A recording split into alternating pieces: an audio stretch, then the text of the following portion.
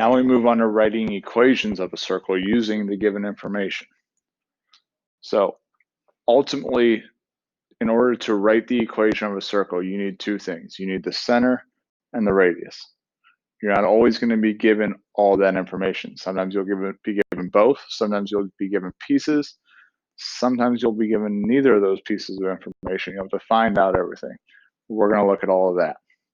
So let's start out with the easiest one. Before we start out with that example, recall these formulas. I'll be carrying these through the slides as we go as well. I'll tell you when we need to use them and all that. So now the easiest one. We're given what we need. We're given the center and the radius. We just got to plug it in and find and simplify and find the equation. So recall, center is hk, so your x and y, so h and then k. You got your radius of 4. Plug it in. We got our formula here.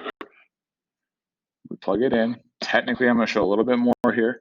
It's x minus h, so x minus -2 squared plus y minus k, y minus 5 squared equals r squared, which is 4 squared. Now, based on me showing too much work on this problem, we got a little bit of work to do. Got to take care of that minus and negative, so that should be an x plus 2 squared plus y minus 5 squared. Take care of that radius term being squared. Tell me what that is. It's 16 in this case.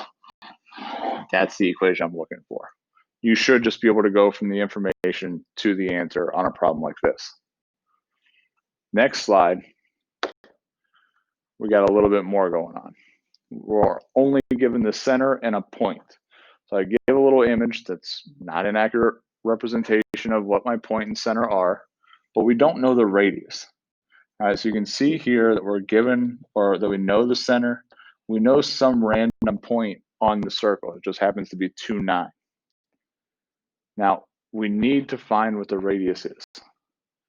What we need to do is find the distance from the center to that point. So we're going to bring in the distance formula to find what we need. We got our center. We need to find the radius. All right, and we do that by finding the distance between those two. So we bring that into play. So we plug it in. As I've been saying in class, the most important step is the plug-in step. That's one I don't suggest skipping. That's just me, though. So we got that. Plug it in. 5 minus 2 is 3. 3 squared. 9 minus 9 is just 0, so that's nice. Distance here is square root of 9, showing a little bit too much again, is 3. So the distance is technically our radius. Now we have what we need. Now we just plug it in and find our final equation here. So we've got x minus 5. I was about to use the point slope form. X minus 5 squared plus y minus 9 squared equals 9. Remember, it's the radius squared. My radius was 3. Square it, we get 9. That's what I'm looking for. All right. Now, keep in mind, this right side is 9. Before I took the square root of 9, we had 9 inside the radical. I would just plug it in there straight away. Whatever's underneath the radical before you bring it out, just put that on the right side. All right, that's my suggestion. Next one. I put the two formulas that we need up there. You're given a center and a point. Just looking at one more to drive this point home on this one. So we have our h, we have our k, but we don't need it to start out. We need to use the distance formula. So it's x1, y1 if you want to label them, x2, y2. It's 100% up to you. The distance,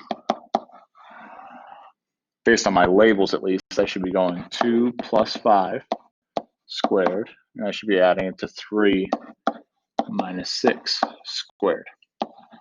Once it's plugged in, go ahead and cut out steps if you need to. It's 7 squared plus negative 3 squared 49 plus 9. The distance, or radius, is the square root of 58. Now, I don't even want to simplify that radical. I don't even want to attempt to. All right, that's technically my radius. All right, that's my radius. I have my center. I have my radius now. I plug it in. So it turns into x minus h, so x plus 5 in this case, plus y minus 6 squared equals my radius squared. Well, if you square a square root, whatever's inside just pops out. So it's just 58. And there's our solution. There's our equation, right?